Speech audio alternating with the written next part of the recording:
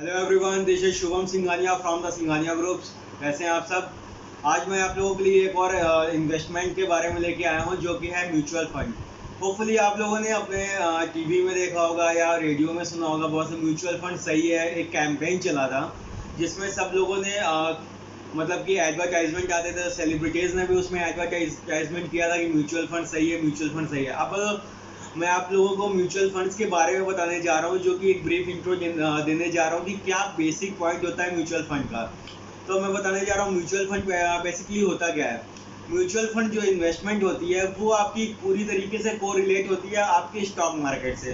तो stock market हमारे India में आपको पता ही होगा कि नेशनल स्टॉक एक्सचेंज और बॉम्बे स्टॉक एक्सचेंज। तो नेशनल में आपके 50 आपके शेयर्स का बल्क है, जो कि निफ्टी 50 में आता है। निफ्टी 50 का जो इंडेक्स है, और आपका जो सेंसेक्स का इंडेक्स है वो आपका 30 शेयर्स का है। अगर इनके बारे में आपको ज़्यादा डिटेल चाहिए तो मैंने स्टॉक मार्केट्स के रिलेटेड जो मेरी प्लेलिस्ट है, आप उसमें स्टॉक मार्केट में जा सकते हैं और वहाँ पे आप पूरा फाइनेंशियल सिस्टम या उन सारी चीज़ों को आप समझ सकते हैं। तो मैं बताने जा रहा हूँ म्यूचुअल फंड का स्टार्टिंग क्यों और म्यूचुअल फंड का जो बनाने का जो रीज़न था वो क्यों हुआ। हालांकि म्यूचुअल फंड में इन्वेस्टमेंट बहुत पहले से होता था। जब स्टॉक मार्केट था उसके पहले 1994 के भी पहले से चल रहा था, बट लोगों को इसके बारे में अवेयरनेस नहीं थी। तो म्यूचुअल फंड लाने का कॉन्सेप्ट क्यों स्टार्ट हुआ और म्यूचुअल फंड के बारे में क्यों इतना अवेयर किया गया। हमारे इंडिया में मैक्सिमम से मैक्सिमम 3 से 4% ही ऐसे रिटेल इन्वेस्टर्स हैं जो कि स्टॉक मार्केट में एंट्री करते हैं डायरेक्टली। बाकी जितने भी इन्वेस्टर्स हैं वो कभी दूसरे फंड्स में, कभी एफडीज में, या आपके सिक्योरिटीज़, आपके जो कि वेरियस सिक्योरिटीज़ इंस्ट्रूमेंट्स जो मिलते हैं उसमें वो इन्वेस्ट करते हैं। डायरेक्टली स्टॉक मार्केट में इन्वेस्ट नहीं करते, क्योंकि उन्हें लॉसेज होने के चांसेस बहुत ज़्यादा लगते हैं और उनके मन में एक माइथ बना होता है कि stock market is the world of gambling. तो यहाँ पे अगर पैसे डालते हैं तो नुकसान होते हैं। तो ये सारी चीज़ें उनके माइंड में पहले से बनी होती हैं।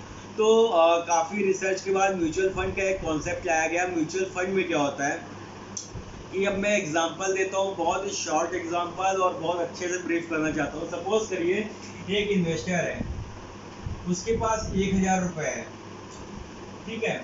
अब उसे स्टॉक मार्केट के बारे में बहुत ज़्यादा नॉलेज नहीं है। स्टॉक मार्केट के बारे में या तो वो बहुत सारी डीप स्टडी करे तब पैसा लगाए, और इतना वो कर नहीं सकता है। वो एक वर्किंग कंडीशन में है, वो एक नॉर्मल जॉब करता है। हो सकता है कि वो बहुत एक छोटी शॉप चलाता हो, अपनी कोई दुकान किराने की या कुछ भी। मान लेते हैं उसकी एजुकेशन पे जाते हैं कि उसके पास 1000 रुपये और वो भी चाहता है कि मैं भी स्टॉक मार्केट में पैसा इन्वेस्ट करूं। बट उसके लिए अगर उसे डायरेक्ट स्टॉक मार्केट में पैसा इन्वेस्ट करना होगा तो पहले उसे बहुत सारी बुक्स पढ़नी होंगी। डेली की न्यूज़ की अपडेशन उसके माइंड में होनी चाहिए। वर्ल्ड मार्केट में क्या हो रहा है, प्लस ग्लोबलाइज क्या सिनेरियो दे रहे हैं, प्लस मार्केट का इंडेक्स क्या बोल रहा है। इतनी नॉलेज उसको गेन करना बहुत ही मुश्किल है। तो इस कंडीशन में उसके पास पैसे तो हैं, बट वो स्टॉक मार्केट में इन्वेस्ट नहीं कर पा रहा है, म्यूचुअल फंड में वो इन्वेस्ट नहीं कर पा रहा है। तो जो स्टॉक मार्केट का एक डर होता है, उसी डर को कम करने के लिए म्यूचुअल फंड का एक कॉन्सेप्ट बनाया गया है। म्यूचुअल फंड में क्या होता है, एक फंड मैनेजर होता है जो कि एक एक्सपर्ट होता है। फंड मैनेजर को 20 साल 25 साल वेरियस काफ़ी सालों का ये तो एक एजुकेटेड होते हैं, इन्हें स्टॉक मार्केट की बहुत अच्छी नॉलेज होती है।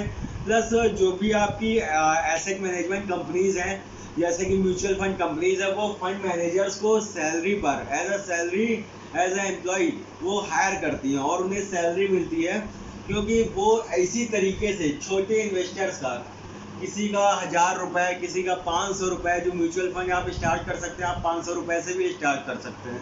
तो इसी तरीके से बहुत से ऐसे इन्वेस्टर्स हैं जिनके पास 1000 रुपये है, 2000 रुपये, 3000 रुपये है और वो शेयर खरीदना चाहते हैं। और शेयर्स को आपको पता है, अगर क्वालिटी स्टॉक्स में अगर आपको बाई करना है तो आप बड़े बड़े स्टॉक में तो 1000 रुपये अगर आपके पास है, बट आप मारुति का शेयर नहीं बाई कर सकते हो। मारुति का शेयर 5000 रुपये चल रहा है, नहीं बाई हो सकता। आपके पास 1000 रुपये, आप बजाज फाइनेंस का शेयर 1800 रुपये है तो आप बाई नहीं कर सकते हो। तो ऐसे कंडीशन में क्या होता है, इसी तरीके के जो इन्वेस्टर्स होते हैं उनका एक बहुत बड़ा बल्क होता है। 1000 रुपये, 1000 रुपये ऐसे करते हुए एक बहुत बड़ा बल्क होता है जो कि करोड़ों रुपए बन जाता है, जो कि एसेट की वैल्यू होती है। और वो करोड़ों रुपए आपके जैसे एक इन्वेस्टर्स का 1000 रुपये, दूसरे का 1000 रुपये, तीसरे का, इसी तरीके से लाखों इन्वेस्टर्स का 1000 रुपये होकर के एक म्यूचुअल फंड के एक स्कीम में, म्यूचुअल फंड के एक स्कीम में, चाहे वो आपका स्कीम के बारे में बहुत डिटेल में बताऊंगा कि आपको और भी वीडियोस में, कि स्कीम में आपके अलग अलग स्कीम्स होते हैं कि आपके इंडेक्स फंड हो गया, आपका ऑटो सेक्टर्स हो गया, आपका कंज्यूमरेबल गुड्स हो गए। तो इस तरीके की बहुत सारी स्कीम होती है, उसमें वो पैसा जमा होता जाता है, जमा हो जाता है, और वो पूरा पैसा जमा होता है और उसकी निगरानी करने के लिए इस एक्सपर्ट को रखा जाता है, क्योंकि इसे बहुत सालों का मार्केट का एक्सपीरियंस है, बहुत ज़्यादा इसको नॉलेज है। तो अपने नॉलेज के बेस पे वो इस पूरे गुल्लक में जितना भी पैसा आया है उन्हें प्रोपोर्शनेट बेसिस पर ऐसे बड़े बड़े शेयर्स में लगा लेता है। तो अब इसके बेनिफिट देखिए, आपके पास तो 1000 रुपए ही थे, लेकिन आपके जैसे और भी लाखों करोड़ों लोग थे जिनका पैसा इकट्ठा हुआ, और वो पैसा इकट्ठा होके अब आप भी कह सकते हो कि मैं भी मारुति मैंने 1000 रुपये लगाया, भले आपने, लेकिन आपको एक प्रोपोर्शनेट मारुति के शेयर भी आपके पास है, बजाज का भी शेयर है, HDFC का भी शेयर है, रिलायंस का भी शेयर है। आपने केवल 1000 रुपये इन्वेस्ट किए, लेकिन आपको प्रोपोर्शन बेसिस पे इन सारे कंपनीज का शेयर्स आपको उसी अमाउंट में मिलता है। तो इसी को कहते हैं कि म्यूचुअल फंड। अब आपको समझ में आ गया होगा म्यूचुअल फंड का कॉन्सेप्ट क्यों आया, कि हर कोई इंसान है स्टॉक मार्केट में एक्सपर्ट नहीं होता है, तो वो भी इन्वेस्ट करना चाहता है। तो उसको जब इन्वेस्टमेंट करनी होती है तो म्यूचुअल फंड के थ्रू आता है। तो म्यूचुअल फंड में आपको एक गाइडेंस मिलती है जो कि एक्सपर्ट की होती है, और वो एक्सपर्ट आपके सारे पैसों को अच्छे अच्छे शेयर्स में अपनी नॉलेज और एक्सपीरियंस के हिसाब से लगाता है, और उसके बेसिस पे आपके पूरे कॉर्पस को एक प्रोपोर्शनेट बेसिस पे लगाता है, और आपको अच्छे से अच्छा रिटर्न प्रोवाइड करने की कोशिश करता है। रिटर्न प्रोवाइड करने का पर्पस इसलिए होता है कि इसी पैसे की, इसी आपके पैसों की देख रेख करने के लिए उसे एक फीस उसे एक सैलरी मिलती है कंपनी की तरफ से, और सैलरी के साथ साथ उसे फीस भी मिलती है उस फंड को मैनेज करने की। तो फंड मैनेजर को अपने एक्सपीरियंस और नॉलेज के हिसाब से आपके फंड्स को मैनेज करना होता है, कब उसे स्टॉक मार्केट में किन शेयर्स में पैसा लगाना है, किन शेयर्स में फिर पैसा निकाल के किन में स्विच करना है, उसके लिए वो एक्सपर्टीज होता है। और आप एक दुकानदार हैं, आपको बहुत ज़्यादा स्टॉक मार्केट की नॉलेज नहीं है, आप नहीं चाहते हो कि मार्केट का बहुत सारा रिस्क पेन मैं लूँ, कि आपने कोई गलत शेयर ले लिया, आपका 1000 रुपये तुरंत डूब सकता है, बट फंड मैनेजर उसको लगाएगा तो वो अपने एक्सपर्टाइज के बेसिस पे लगाएगा और अपने प्रोफेशनल स्किल के थ्रू लगाएगा, तो आपका पैसा वो डूबने नहीं देगा। तो इसीलिए लोगों ने म्यूचुअल फंड का सहारा लिया, और एक कैंपेन चल रहा था म्यूचुअल फंड सही है।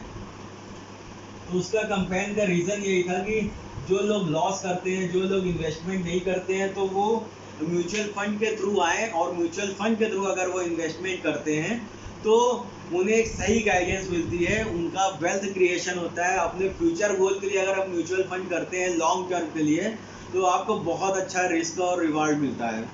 तो यही है, म्यूचुअल फंड में आपको सेफ फंड में मिलेंगे, आपको इनकम फंड में मिलेंगे, आपको रिस्की फंड में मिलेंगे, वो आपके ऊपर चूज करने के ऊपर है। अदरवाइज आप फाइनेंशियल कंसल्टेंसी ले सकते हैं और हमें कांटेक्ट कर सकते हैं, तो हम आपको बताएंगे कि आप किन तरीके के म्यूचुअल फंड्स में बाई कर सकते हैं।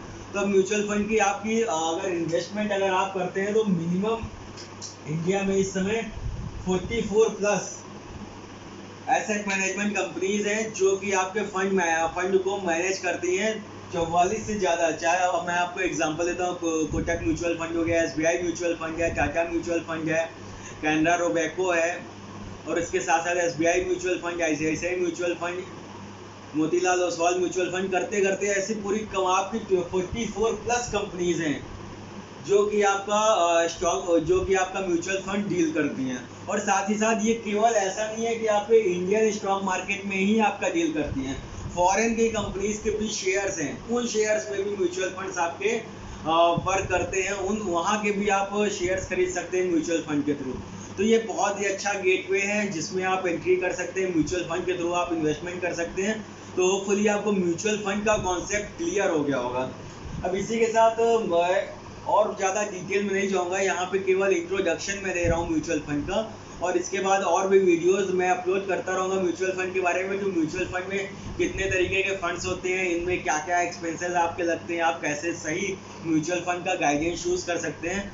तो मैं बताना चाहूँगा कि अगर आपको म्यूचुअल फंड का सही डायरेक्शन लेना है, अगर आपको म्यूचुअल फंड में सही से इन्वेस्ट करना है तो आप हमारे वेबसाइट पे जा सकते हैं। हमारे वेबसाइट के थ्रू आप इंक्वायरी कर सकते हैं, जिसका लिंक मैं आपको शेयर कर www.thesinghania groups।